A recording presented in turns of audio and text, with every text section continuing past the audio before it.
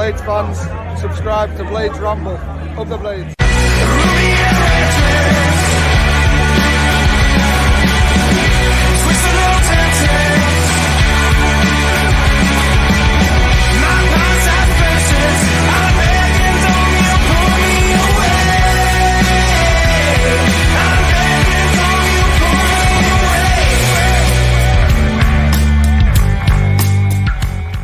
What's happening, Blades, and welcome back to the Blades Ramble. I am, of course, Jimmy, and we're proudly sponsored, as always, by Action Coach Sheffield. If you're a growing business and want support to continue that growth, they are the people to speak to. So this is the debrief. I couldn't bring myself to do it last night. Obviously, we were on a long stream for the watch-along. That was a dodgy stream, obviously, and I'm going to try and get that sorted out, so apologies. I'm recording this. I'm recording it as live. I'm not going to be editing it. I'll just put it out as I've recorded it because I want it to be raw. I want it to be real. I want it to be my true thoughts on things, but obviously it's not, I'm recording it at a time that's not really appropriate to go live. So, look, there's a couple of things we need to mention. Wilder got it wrong last night. There's no two ways about it. I am the biggest Wilder fan going. And I thought, and I tweeted out that I thought he held his hands up last night in his interview. Some have pushed back on it a little bit. But for me, when he's saying, look, he got questioned on the formation change, which rightly so. He said, look, I'm the manager. I make these decisions. He went a bit spiky like he would. If you've got a crystal ball and want to tell me how things are going to go. Southampton came here last year and did a job on them doing that.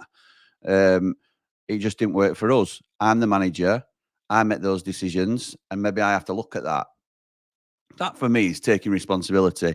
He also went on to say, having said that, whatever formation you play, if your players aren't going to control the ball or give away sloppy passes, which we did, and he says there's not much a management team can do about that because that's a player responsibility once you're on the pitch and have got to do the business. And I agree with both points. I think he's the leader. And I think he's owned up to the fact that he got it wrong last night. Thing is, I thought, as much as I thought we were poor and let ourselves down, I thought Leeds were very good yesterday. I have to hold my hands up and say, I didn't think they were that good or could be that good. It just shows, doesn't it, when a crowd gets behind you and a bit of momentum, you smell a bit of blood. We were inviting them onto us yesterday, thinking that we've not conceded in 6. They've got to try their best to penetrate us here. And eventually they did, whether it be through... It weren't a clear-cut chance, but it was a fabulous strike to put them in lead from the corner. You can pick it to bits all you like, but they were peppering us all game.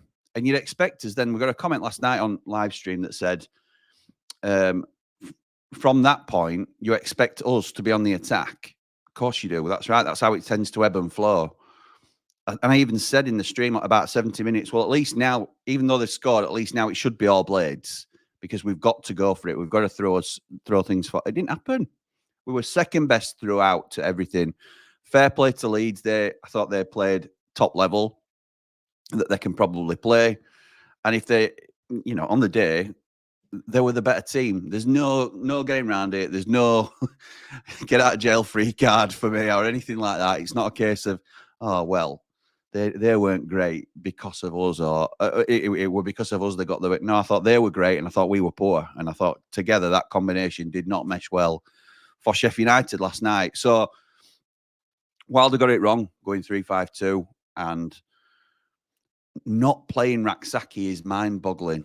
And as I say, I'm his biggest fan, but I cannot for the life of me.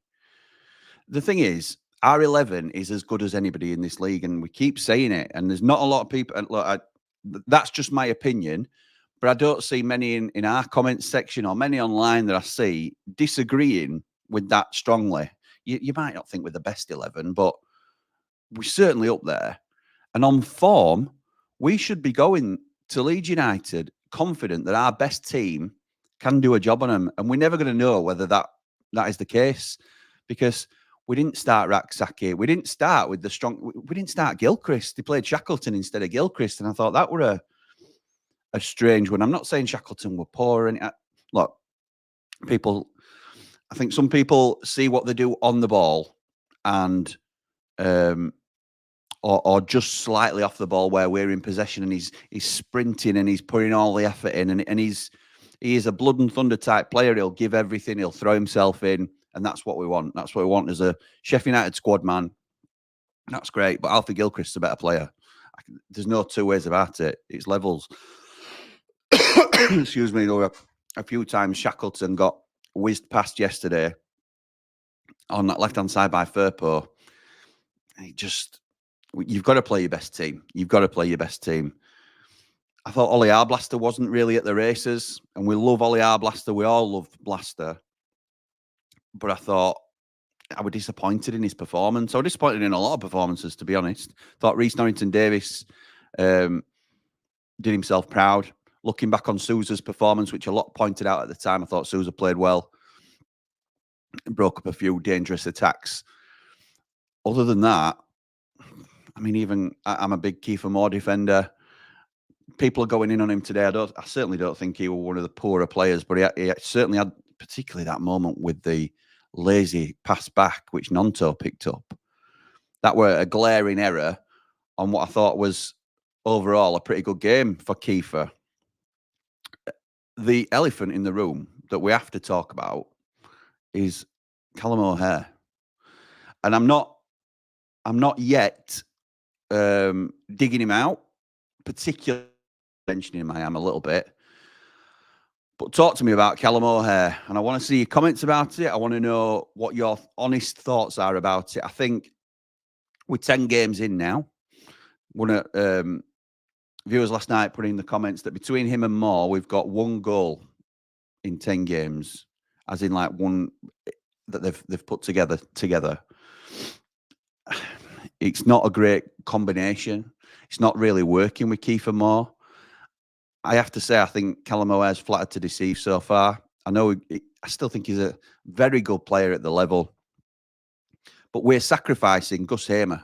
Let's be right. We are sacrificing Gus Hamer to play Callum O'Hare in Callum O'Hare's favoured position. I think Gus is a better player in the 10. And if we're not going to get it out of Callum O'Hare, even though we've put a hell of an investment into him, and he's a very good player. He's certainly an asset to us. It's a signing that I'm delighted we've made. He's just not had the impact that we all wanted him to have. I thought he was going to take the ball and be the orchestrator in that 10. With that number 10, you've got to be willing to take the game on your back and run with it. And give me the ball, give me the ball, give me the ball. Every time he gets the ball, he seems to get stuck under his feet. He can't stay on his feet. He's not strong enough at times. Well, a lot of the time.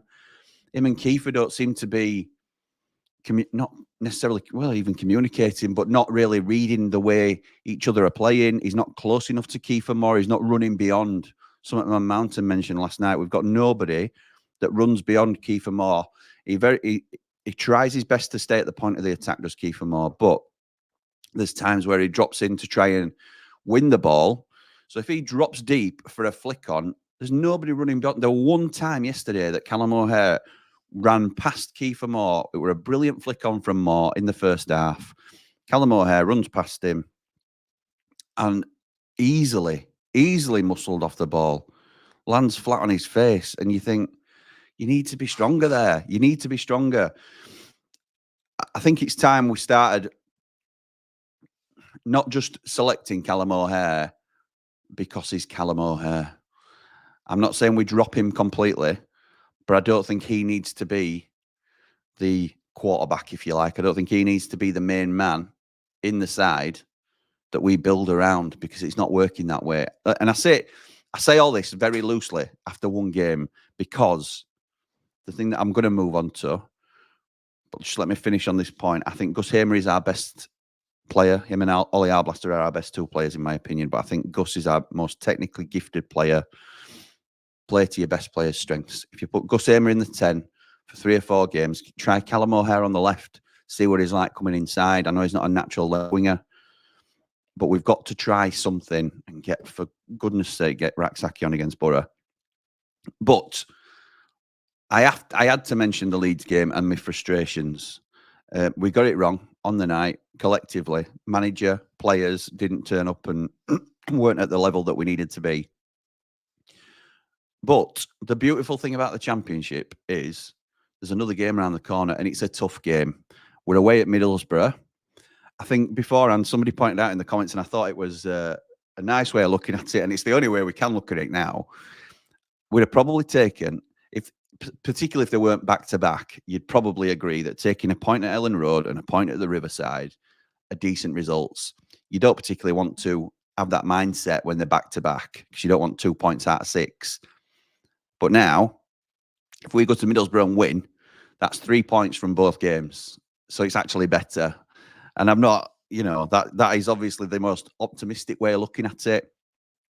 And we'll do a proper warm-up for Middlesbrough because I've got some information from Borough Breakdown, which very much appreciated. And we'll go into what we need to do. But I think it's clear from tonight, if it's not broke, don't try and fix it. We're working. Play our game. We are good enough. We are good enough to impose our game on other teams. So anyway, I'm going to leave it there. I want to say thank you to everybody that was able to join me last night. Apologies for the streaming issues. I will do my best to try and sort those out going forward because we are going to try and do a watch along for Borough. But for now, come on, you red and white wizards. Up the blade!